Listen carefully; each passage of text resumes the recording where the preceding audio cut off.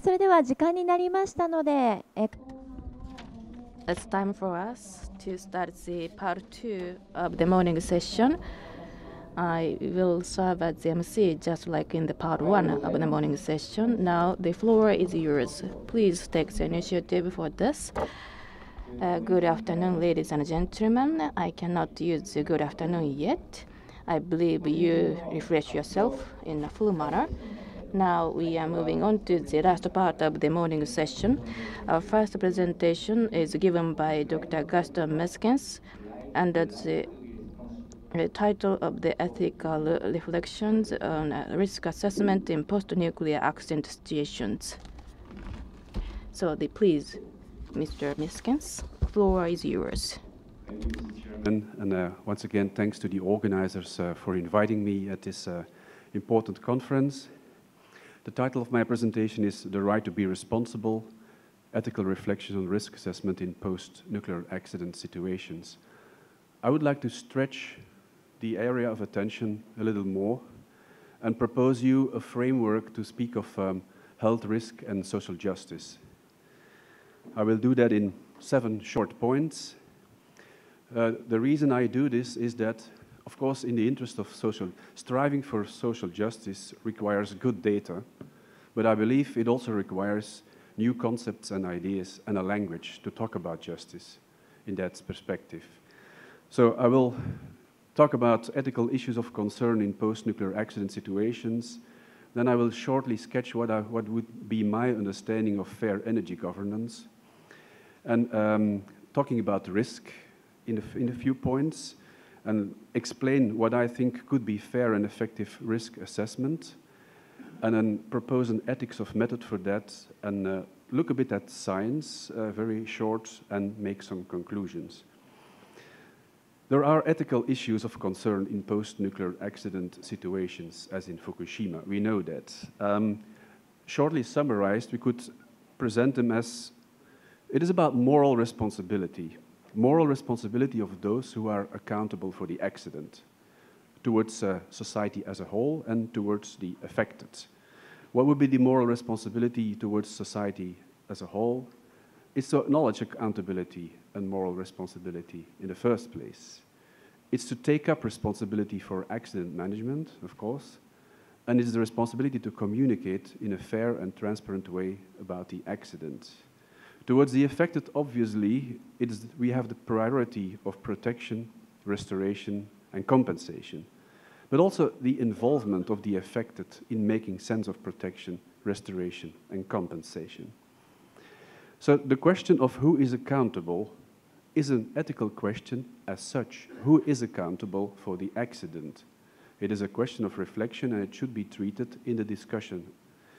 But also, one other element is the possibility of a future-oriented, fair method for nuclear energy governance in the aftermath of the accident. Whether a society or an authority would decide to continue with nuclear or to stop it, both approaches would need a fair method to deal with them.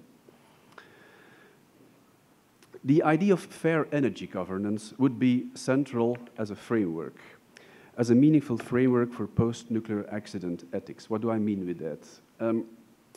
I think that post-nuclear accident ethics need to be considered from the general ethical perspective of energy governance as such.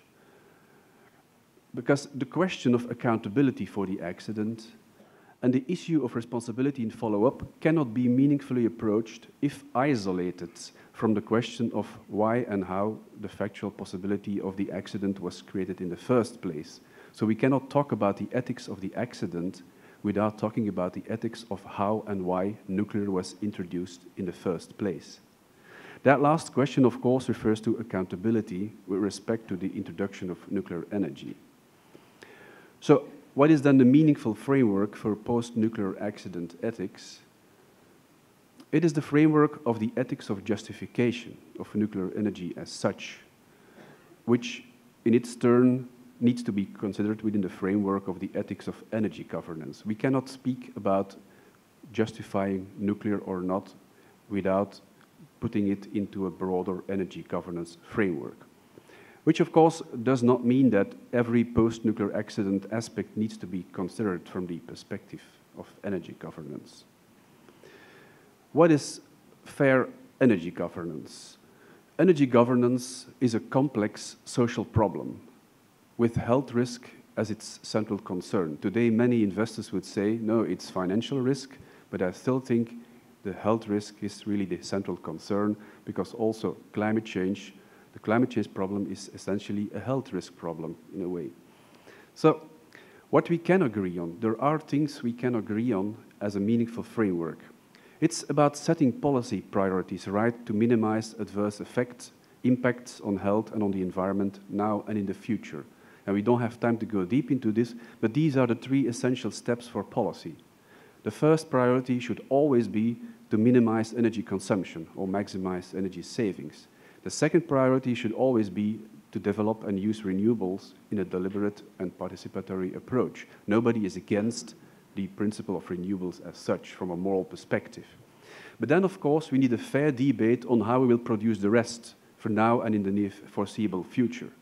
So that would require a real confrontation of nuclear and fossil fuels in a deliberate risk governance approach that enables and enforces at the same time fairness in the way we make sense of the promises of capacities and the acceptability of risks of these energy technologies. So that would be the framework for energy governance. But then, of course, there's the risk, the health risk, the nuclear risk, and the risk of climate change today. What is an acceptable risk? Is always some kind of central question, but it's a philosophical question rather than some practical question. And to explain that, I want to share an experience with you. A few years ago, the European Commission embarked on a study to set priorities for research in their Horizon 2020 program. And also Euratom did that, and the result of the study is here. You can find it on the internet. It's called Benefits and Limitations of Nuclear Fission for a Low-Carbon Economy. And they invited a number of experts to give their vision on the future research that would be needed in that perspective. I had the honor and pleasure to be one of these experts, and we had to respond to a number of questions. And one question we got was this one. What is an acceptable level of nuclear risk for the public at large? Now, I thought that was like an interesting question, but at the same time also an impossible question. So after some thinking, I gave the following answer, and I read it with you. There exists no objective, scientific, economic, social, political, or philosophical rationale to determine the acceptable level of nuclear risk for the public at large. An acceptable nuclear risk is simply a risk that an informed democratic society justifies as acceptable. So what is the problem here? The Commission was asking a technical question. It was even like a technocratic question. How do we know that? There's one important word in the question. It's level. They were asking for a number. They were asking for a number, some kind of number, that could like objectively determine what would be an acceptable level for nuclear risk. So they were asking for a number, and I gave a philosophical answer. The Commission found my answer too academic, but for me that is really the problem between technocracy and democracy. Risk justification can be done in two ways. You can calculate and you can promise control. That's technocracy. Or you can ask informed consent of the potentially affected. That would be democracy. And we all know that technocracy is still among us. It may have good intentions, it doesn't rule as such, but it functions at the service of politics. Do we need calculation to support informed consent? Do we need informed consent to support calculation? The bungee jumper never asked to see the test procedures of the rope before he jumped. Why not? Because he trusted probably the system will be okay, but more importantly, he or she had the right to make the decision to jump himself, which is, of course, not the case when we look at nuclear or fossil fuels. So the conclusion of this first part would be that the assessment of what is an acceptable risk for society, referring back to the question of the Commission, is not a matter of science, it is a matter of justice. A risk is not a mathematical formula, it's a potential harm that you cannot completely know and you cannot fully control. So what is then an acceptable risk? People will accept a risk they cannot completely know and they cannot fully control simply when they trust that its justification is marked by fairness. Fairness is then simply the possibility of self-determination, ensured by what I call the right to be responsible. And the right to be responsible is an interesting idea, because it can mean two totally different things.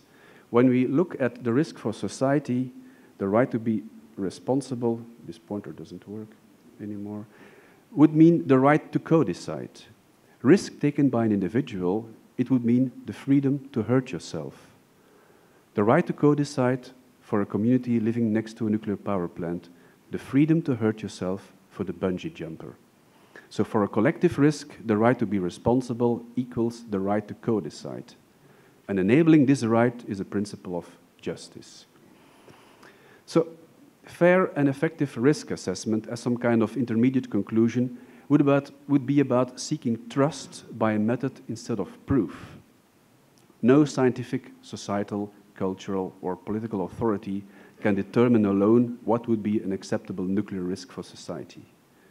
Of course, we need good science and engineering. We need open and transparent communication and the promises of a responsible safety and security culture. They are necessary conditions. But they can never generate societal trust in themselves.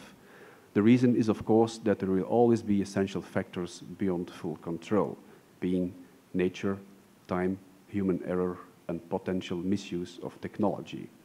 So which implies that one always has to deal with incomplete and speculative knowledge and what philosophers would call value pluralism.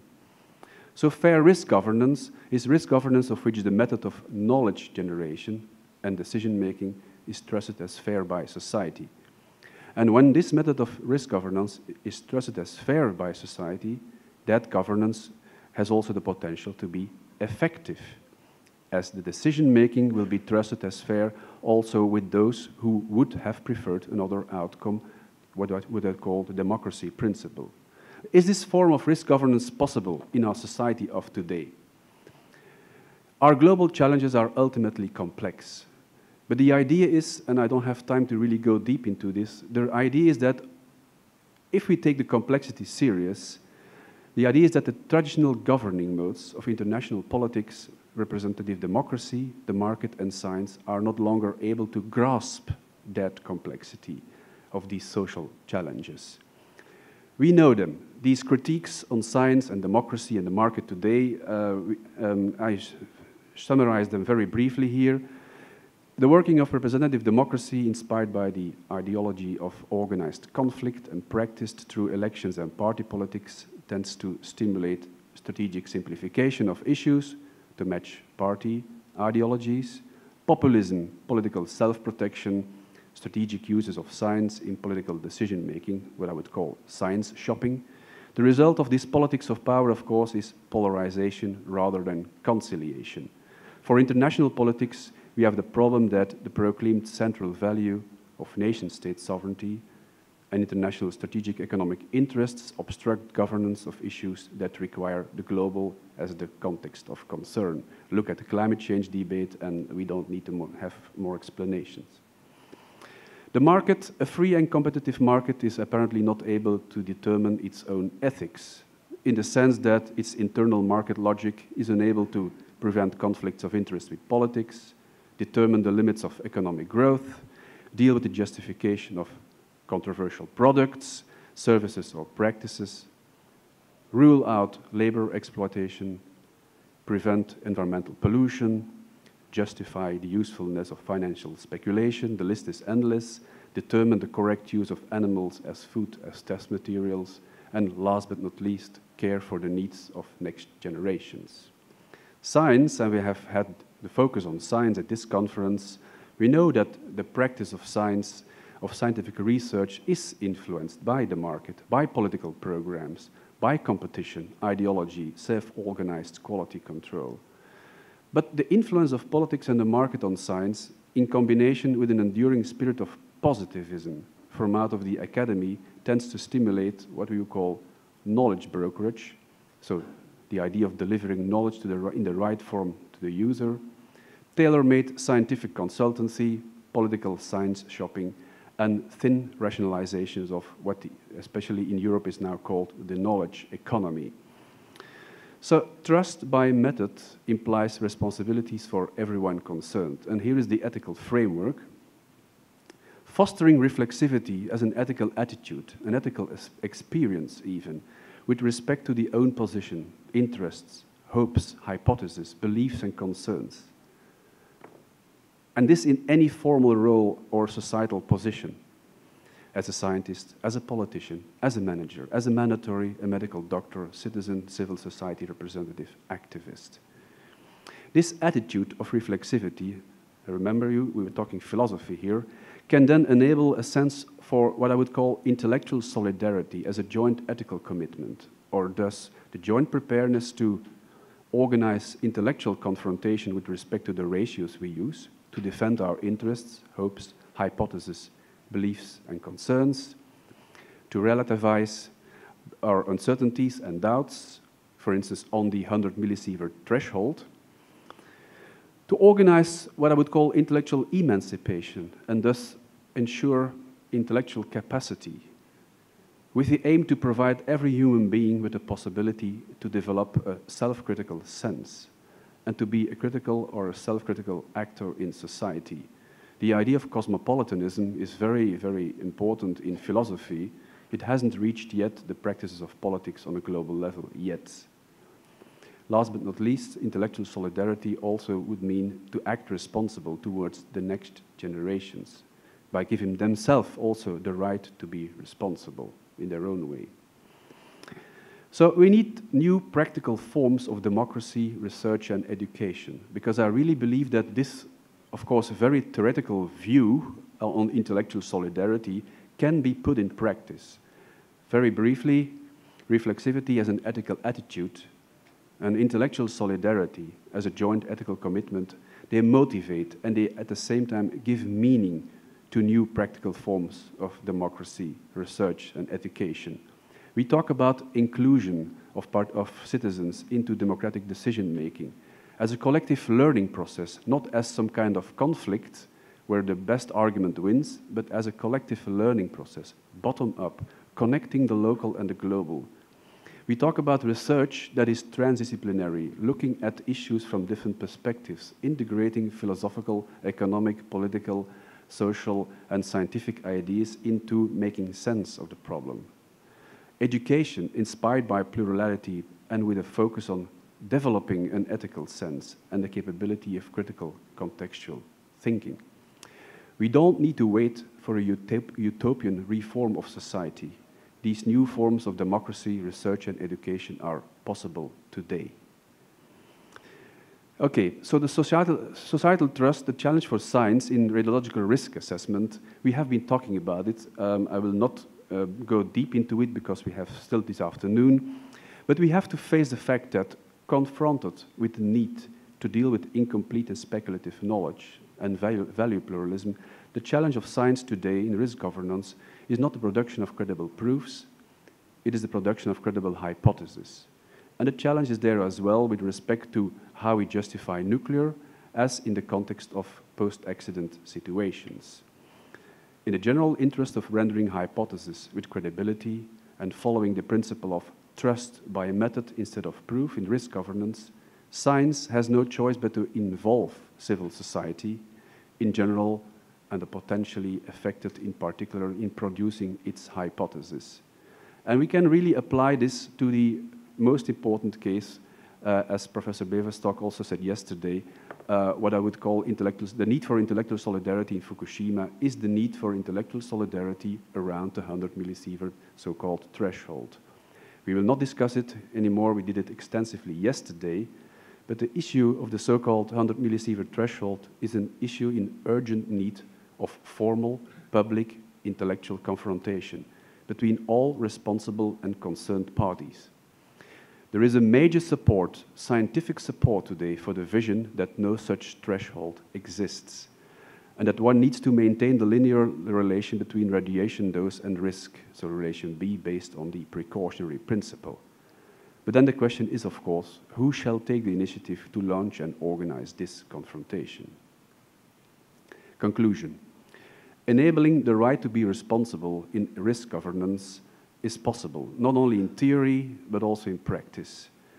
If we look at the general case of risk assessment, health risk assessment, then we can summarize the points I presented in my presentation as follows.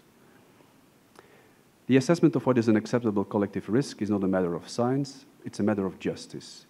Fair risk governance, we said, is risk governance of which the method of knowledge generation and decision-making is trusted as fair by society. And then we said that trust in the method of risk governance implies and can be generated with reflexivity as an ethical attitude for everyone concerned, and intellectual solidarity as a joint ethical commitment. And we listed these three practical forms: inclusive democracy, transdisciplinary and inclusive research, and plurality and the focus on critical contextual thinking in education. They are not only required as a principle of justice in risk governance, but also have the potential to generate societal trust around any decision, acceptance or rejection on the use of nuclear technology. Coming back to this democracy principle, well, let's do a thought experiment. Imagine that the decision would need to be taken on nuclear to build a power plant in a village near you or in your village. And imagine that you have a specific preference against the power plant or in favor of the power plant. And imagine that the outcome of the decision-making process is not what you want. But imagine that you accept the decision because you trust that the method that was used to make the decision was fair. This is the ultimate principle of democracy. It can be a very difficult intellectual exercise to make, but this I would call the ultimate principle of democracy. Today, we don't live in a world inspired by intellectual solidarity, but we have the capacity to put it into practice and foster it. Last but not least, my last slide, what does it all imply for the Fukushima post-nuclear accident situation?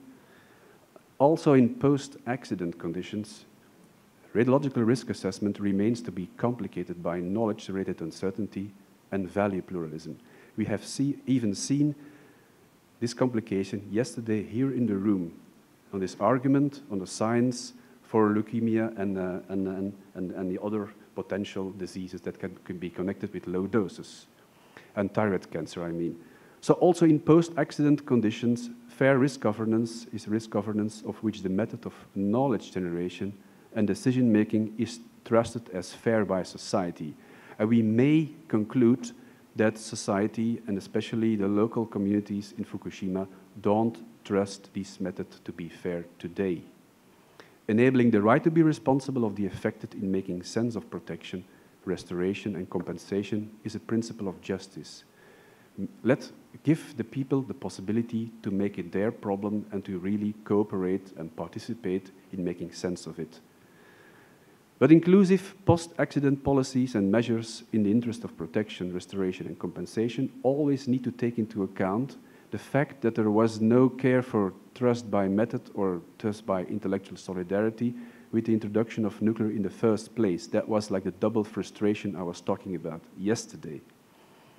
So the possibility of a future-oriented fair method for energy governance in the aftermath of the accident is neglected by the Japanese authorities. As Cecile also mentioned, the first power plant was started up again without any public participation whatsoever. I think it is not too late to involve the general public and those affected by the Fukushima accident in deliberation on a possible restart of nuclear energy production anyway. Thank you.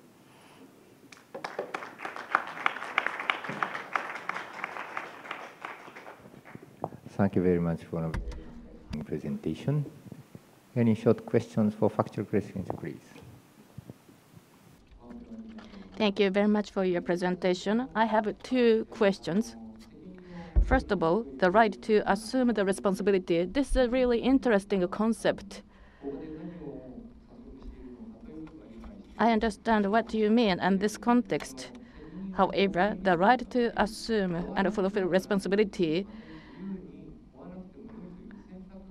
are there any selections or choices that if we want to assume this responsibility, I exercise my right to assume the responsibility. However, if I don't want to fulfill this responsibility, can I reject to exercise the right of the responsibility? Is that possible? And then the second question is,